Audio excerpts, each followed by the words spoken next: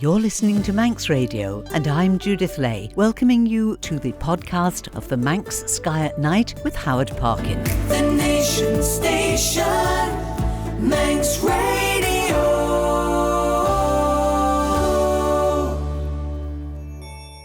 Twinkle, twinkle, little star, how I wonder what you are. We choose to go to the moon. We choose to go to the moon in this decade and do the other things, not because they are easy, but because they are hard. And that is the music that tells us Howard Parkin is here. Faster my Howard, and welcome. Faster my Judith, it's great to be here again, and compliments of the season to you. And to you. You had a good time? Wonderful time, thank you, really good. Excellent. Now, you have given me a few notes. It's a full scrap sheet of paper. There is clearly a lot that you want to tell us about. There is indeed. There's lots going on all the time. There's lots going on, but I just try to compress it to literally about 20 minutes. We get to talk on this show. It's quite an art, I think. Well, indeed it is. But you managed to make every moment count. What about the December skies? Were there anything spectacular that you enjoyed? Yes, there was. We had some wonderful clear nights. You know, I do my night school classes at the University College here. I managed to take him up stargazing one night, and it was absolutely stunning. But best of the lot was we decided to have a Christmas dinner. Instead of having the class on the Tuesday before Christmas, we all went to the Craignabar for a meal. And I said, if it's clear, we'll go stargazing. And it was clear. And we all stood there, went to Axenfell, went to one of the dark sky spots, and all went stargazing. And we thoroughly enjoyed ourselves, because this really is, I stress this every time I do this show this time of the year, it's the best time of the year for stargazing because there's so many bright stars around. And we've got Jupiter dominating the sky. In fact, if we're going to do a topic today, it's Jupiter. There's so much to talk about Jupiter in the show tonight. I'll be talking about that quite a bit in the next few minutes. But it's just a great time of the year. So just go out there and have a look and look for yourselves. And that very bright star you see in the sky towards the east at about 9-10 o'clock at night, that, of course, is Jupiter. It's not a star. Right. Now, just before we come back to Jupiter and any other planets that you may want to be telling us about, full moon on the 3rd of January. Indeed, yeah. Only a few days' time. We've got the full moon on the 3rd of January. And it's actually the first supermoon of the year. Now, as you probably know, I joke about supermoons because I don't like the expression. But if it makes people look at the sky, all to the good. Well, the first full moon of the year, the 3rd of January, is in fact a supermoon. It is ever so slightly bigger than normal and slightly brighter because it's that much bigger. But again, use my experiment, I tell you all the time, little finger at arm's length will cover the full moon no matter where it is in the sky, no matter whether it's a full moon, wimpy moon or no moon. Yeah, for somebody who doesn't like the term supermoon, I find it slipping into the programme very I'm afraid frequently. so. I've given up, you see. I've come to the conclusion, as I say, if it makes people look and think. Yeah. I mean, the moon is beautiful at the moment. It's approaching. It's 3/4 now. It's well on its way to full. Literally, just let me think. If it's first, about Saturday. Saturday's the 3rd, isn't it? Yes, Saturday's the 3rd. So we've got less than a week to go now till it's full. And then, of course, it'll start its journey all over again, going back round to being new and then full again. So that's going. But full moon, indeed, we've got a super moon on the January and February, and then I think there's another one in November, I think, from on my records. So now let's pitch in on the subject of the planets, because not only Jupiter, but there's Venus, Mars and Mercury. Yeah, there's a lot about. going on at the moment, because if we consider the heavens, if you imagine God's eye view of the heavens looking down on the planets, all three planets of Venus, Mars and Mercury are all the other side of the sun to us. They're all at what we call a solar conjunction. They're the other side of the sun to us. And it's not particularly unusual. It's not particularly relevant. You can't see them, of course. But the big one, of course, is Venus. Venus is very bright indeed. And Venus goes behind the back of the sun on the 9th of January. The 6th of January. Venus goes behind the sun on the 6th of January. It will then re-emerge into our evening skies. From the end of January onwards, it'll be in the evening skies. Mars, in the meantime, a few days later, on the 9th of January, will also go around the back of the sun. When I say around the back of the sun, it doesn't mean they're necessarily behind the sun, but they're in the same part of the sky as the sun, because the tilt of the orbits means that they're sometimes above or below, or indeed behind. So it doesn't really matter, because you can't see them anyway. But Mars, of course, takes 2 years to go around the sun, so it'll be another full year when Mars will be at what we call opposition, and more about that in just a moment. But we've also got, just thrown into the mix as well, on the 21st of January, Mercury is in line with the Earth, or the planet Mercury, then the Sun, and then the Earth, all in a line together. But just to add to the whole mix, I mentioned Jupiter just a moment ago, because Jupiter is at the exact opposite part of the sky to the Sun. On the January the 10th, Jupiter actually goes through what we call opposition. And we astronomers love names, but sometimes the names are easy to explain. The term opposition means when an object is exactly opposite to the Sun. So we talk about conjunction of Venus, Mars and Mercury. The opposite of that is opposition. The technical term is opposition is the date when the ecliptical longitude of Jupiter is 180 degrees offset from the ecliptical longitude of the Sun. Boring astronomy stuff. The reality is it means it's exactly opposite in the sky to where the Sun is. And that's where Jupiter is. And just to throw into the mix Saturn, the other planet, Saturn, the missing naked eye planet in the list of planets I've just mentioned. If we imagine a clock face with the Earth's in the middle of the clock and the other planets are at 12 o'clock, Jupiter's at 6 o'clock, Saturn's around the 8-9 o'clock position. So quite a lot of planetary activity going on. When I do my night school class, I always tell them about what's going on with the planets, and maybe a planet is at opposition or elongation or whatever. But I've actually got four of the 5 planets are all going through a major planetary position in the month of January, so something to look forward to. But Jupiter at opposition, I need to talk about Jupiter quite a bit to you, because Jupiter is quite magnificent at the moment. Now, only the other day, yesterday in fact, our 27th of December, we left our son who lives in London to drive up to Liverpool to get the boat back. And as we're driving up the motorway, we left very early because the boat was at 1 o'clock. As we're driving up the M1, you could see the planet Jupiter setting in the western sky. It was very, very easy to see because the sky was dark, and if we watched Jupiter slowly getting down as the sun came up, you could see Jupiter quite a long time. So I thought nothing more of that other than the fact it was a beautiful morning and we saw it. Lo and behold, when we get to the Isle of Man at 6 o'clock at night yesterday, there's Jupiter in the eastern sky rising. And I thought, wow, I've never seen that before. It's not particularly special, but it was just uncanny to see it setting slowly in the west in the morning. And then when we're driving on the prom going home to Onken last night, it was rising in the east.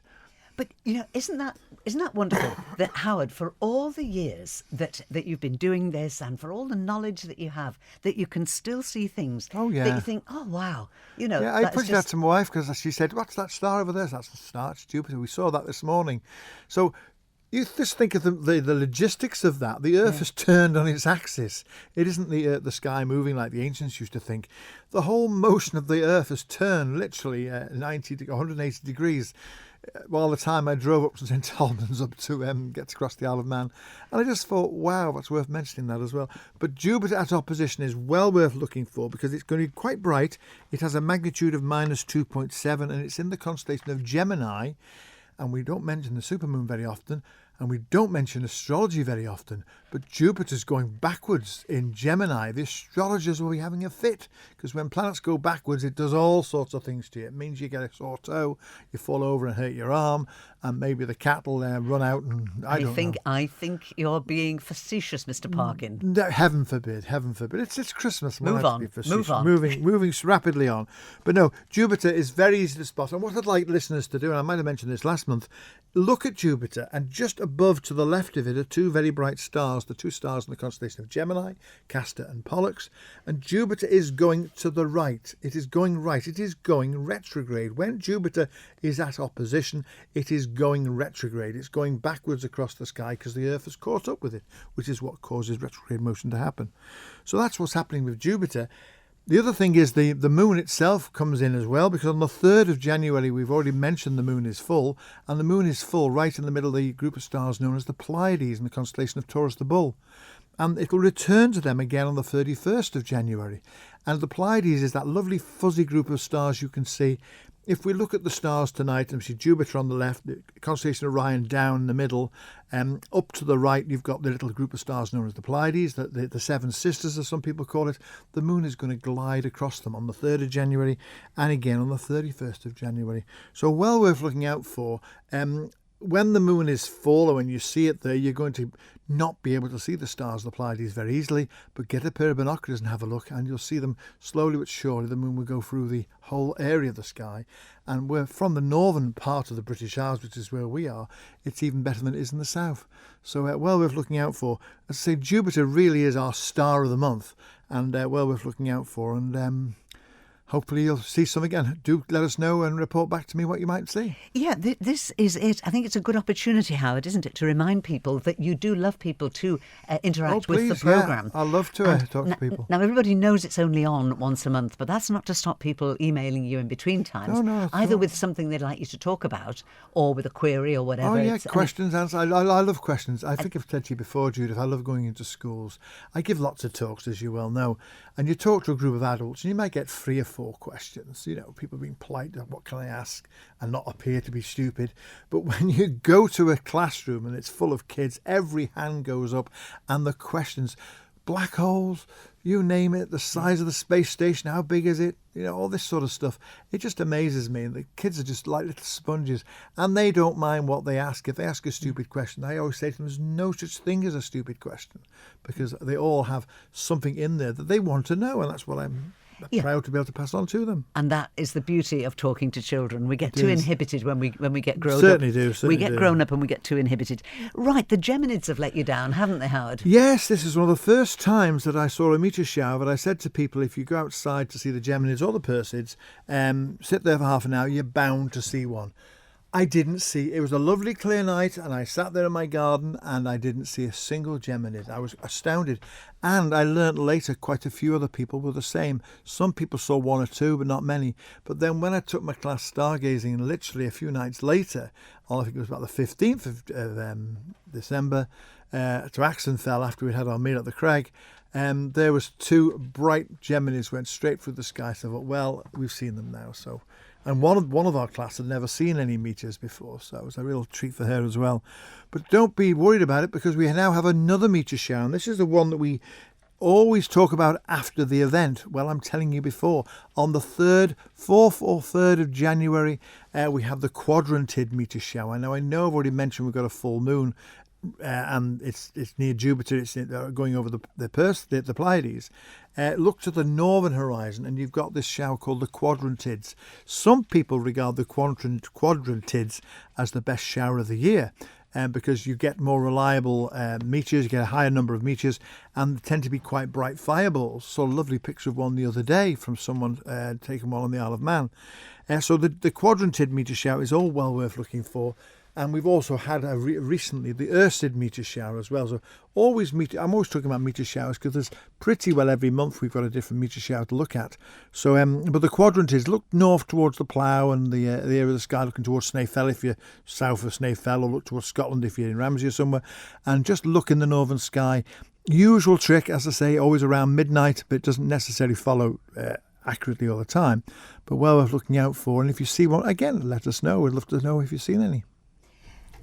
Howard, I don't want to trespass on your territory, but there's just something that I spotted actually in the Radio Times, and the name of somebody who's come up a couple of times in different contexts.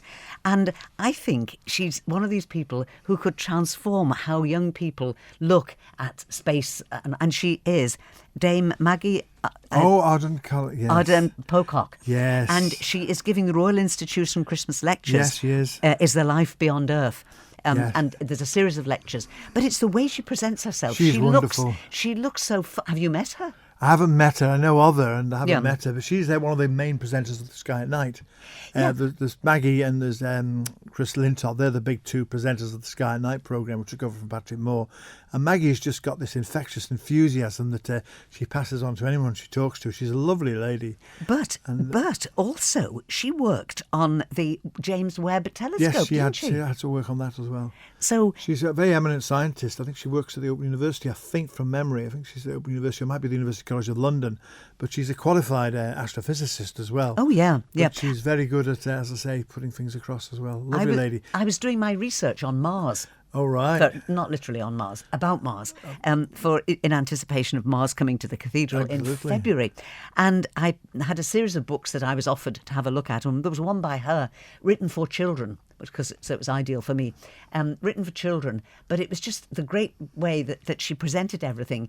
And she had some little cartoon characters, and she said, see if you can work out which one is me. And but as they all had spacesuits on, it was a pretty difficult. It was a pretty tricky. No, she's a wonderful lady. She's really, I think, when the Sky Night, when we lost Patrick a few years ago now, many years ago now, she was one that came in and replaced him, as it were.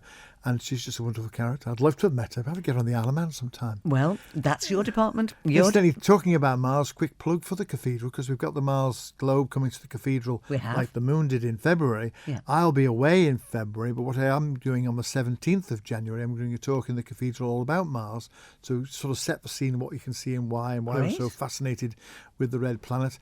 And that's on the 17th of January, so look out for that. And if you're interested, do come along. Scribble the details on a bit of paper for me, Howard, and we'll talk about it a little nearer the time, because I always like a reminder when these things are coming along. Why don't we take a little music break now? Would this be a good moment, or is there anything else? No, we got I just mentioned the aurora, of course. A lot of people keep seeing aurora. They keep saying to me, it's quite fascinating. My own son says that they've gone to Iceland after Christmas. They've gone to Iceland, and I said, oh, you're going to go and see the aurora? No, we saw it from home in October last year. But yes, you can see it from home. You can see it from the British Isles. You can see it from the Isle of Man. But being underneath it in Norway or Iceland is the wow factor. It's great to see from home, and we have seen it from home. And the reason I mention all this is because the sun is still very active at the moment, and there's still a very good chance of getting some more auroras. Only a few days ago, there was a picture on the front of the Isle of Man newspaper, the Courier, aurora seen from Peel. So just keep your eyes and ears peeled. Not so much your ears. Keep your eyes peeled.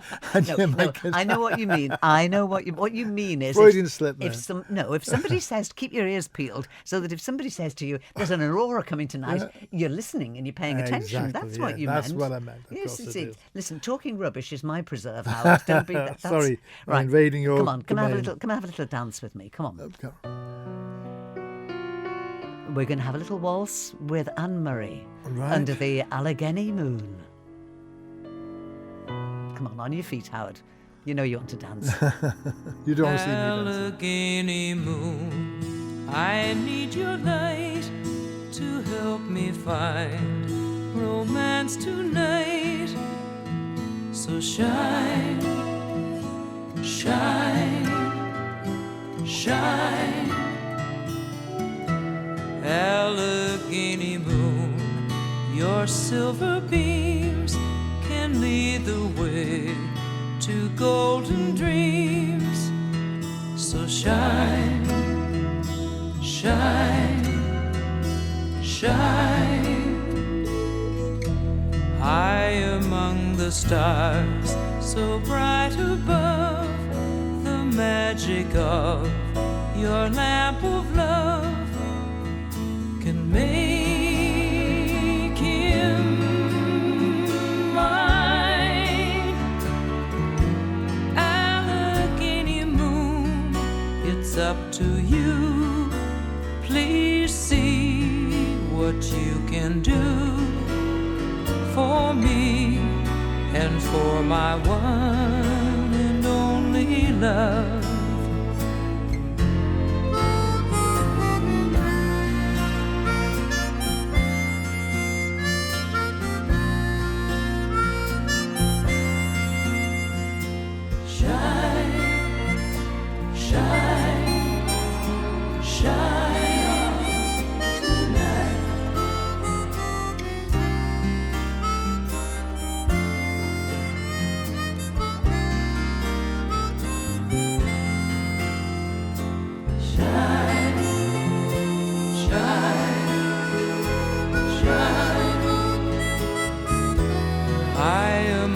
Stars so bright above, the magic of your lamp of love can make him mine. Allegheny up to you. Please see what you can do for me and for my one and only love. For me and for my one and only love.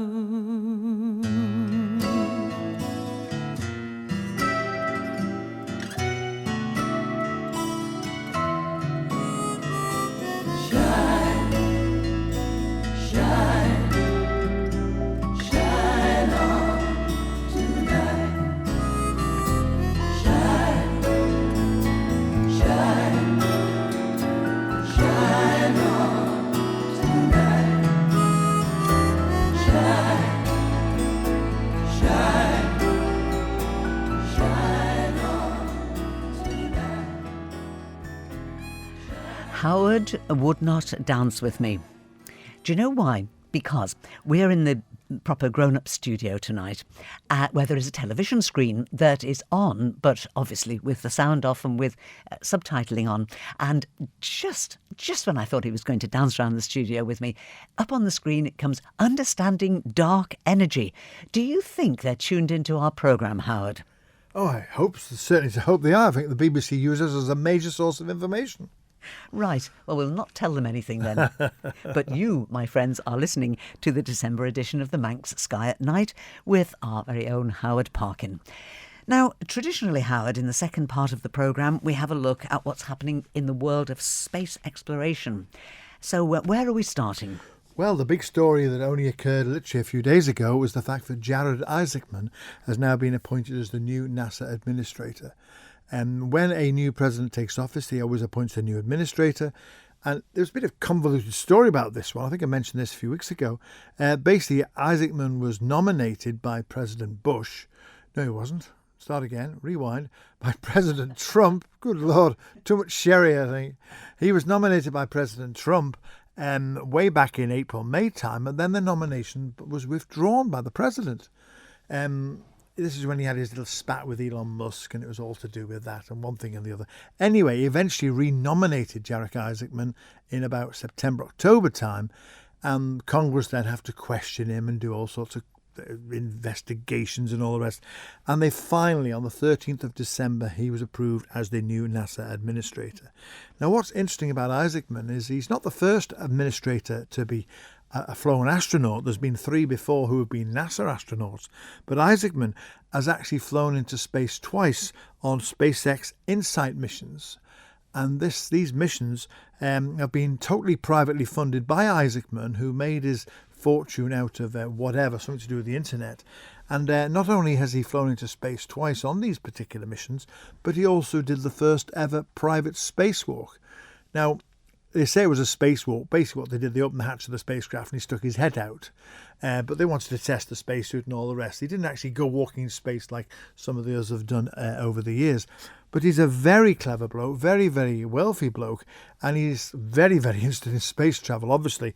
So a great choice for NASA, and I think he will take NASA forward, but with a business head on as well. Instead of just dreaming about what you want to do, and everyone's got these ideas, but the reality of doing it with budgets and government support and everything else, I think he'll be a great administrator, and I'm looking forward to seeing what his plans are and hopefully taking NASA forward and indeed to landing on the moon, hopefully they reckon that's been pushed back to 28, possibly 29, but they're certainly well on the way. And of course next month, we'll be talking about this at the end of January, in February, we've got the return to the moon of the Artemis 2 mission. And this mission will be launched officially. It's meant to be launching on the 5th of February. They're going to the moon and back, not actually landing on the moon, but just going to go around the moon and back again like Apollo 8 did back in 1968. And that's very exciting, and that'll be a real good start to the space stories of 2026. Indeed. I think the position of Mr. Isaacman now demonstrates how space exploration and travel and everything has moved on, in that you've got to have a mix of somebody who is brilliant technically and knows what it's all about, and also has a commercial brain as well. That's how it's moved on. I'm afraid so. I mean, you've got the same with Elon Musk. I mean, I know Elon Musk fell out with Donald Trump for whatever reason. I don't go into the details of that. But these people have got the money, but they've also got the vision. But they've got to have government support and the ears of government involved as well. And Isaacman is certainly doing the right thing. And as I say, I really look forward to seeing what he's going to do. Indeed, yeah. This you mentioned there that I know it was. I'm taking it kind of out of context, but you said the words a private spacewalk, and I understand exactly what you were saying there. But it just got me thinking, with more and more organisations getting involved, how strict is it about who goes up in the air? Who says it's what still happens? Very strict indeed. The aviation authorities in the United States in particular are the curse of Elon Musk's life, because every time he wants to launch a rocket, and we've seen some of his successes, we've seen some of his failures, they go through it with a tooth comb and they make sure everything is, the I's are dotted, the T's are crossed and everything else.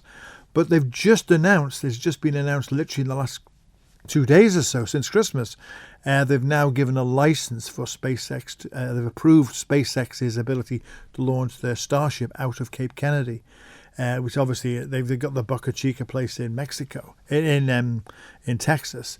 But this is the new one they're going to launch from Cape Kennedy now, because Starship is literally gearing up all the time now, because that's the one they want to send to Mars. It's the one they want to send the lunar lander with.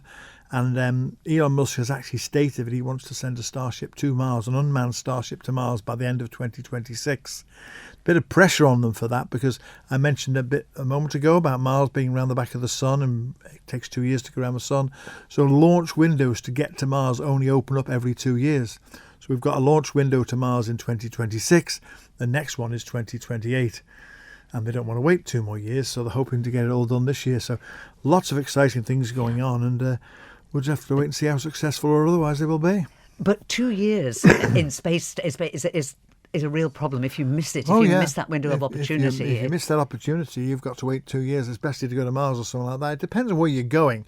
Sure, you've got to have the planets have got to be aligned and everything else to get the maximum payload there with the least fuel. Yeah. So, okay, what's happening with Chinese friends in the air? Well, this was a story that I won't say I missed it, but basically the Chinese space station Tiangong-1, the Tiangong space station has got 3 Chinese taikonauts, they're called, and the 3 taikonauts were up there, and they sent 3 more to join them. But they found that this craft they were going to bring them back down in had got damaged. One of the windows had a crack in it. So they didn't want to use that spacecraft to bring them down again. So they used the other spacecraft, which was the reserve. There's always 2 spacecraft. There's a 3-man crew. There's 2 3-man spacecraft to bring them down. One's damaged. They had 6 people up there. So they sent the 3 down in the good one, leaving the 3 up there with, at that moment, no way to get back down to the Earth. It wasn't as bad as it sounded, because we looked into the details of which I looked it up. What they were going to do, they had the ability, if they had to have used that damaged spacecraft, but they would have to have come down in full pressure suits and everything else to make sure that they survived. Eventually, of course, literally only a matter of 4 or 5 days later, they did launch another spacecraft, a Shenzhou spacecraft, to get up there to bring them back, and the one that was damaged was sent back to Earth. But for about a week, 7 days or so, strictly speaking, they had no way to get back safely. So the lifeboat idea of always having a means to get people back. And what this has done is it's opened the whole floodgates now into there needs to be some form of rescue ability of people on Earth to bring astronauts back from space. Now, that could lead, hopefully, to some form of, I won't use the words international rescue because that has all sorts of connotations, but it does give rise to the idea of international cooperation and having docking ports on spacecraft that will work no matter what the spacecraft is. So it's not exciting, but it's certainly a realistic idea that maybe should be looked into. And the problem the Americans had when they couldn't come back down on the Boeing spacecraft last year, you recall they stayed up there for 9 months rather than just 3 weeks. They were never marooned. That was just the media hyped that one up. But that story, and now the Chinese story, has made people realise that, yes, you've got to have the ability to get these people back. And we have the technology, we haven't got the political will to do it, perhaps, and that's maybe what this is going to bring about. The key word here is cooperation. Exactly. Because with International more and more cooperation. and we are as always being beaten by the clock, Howard.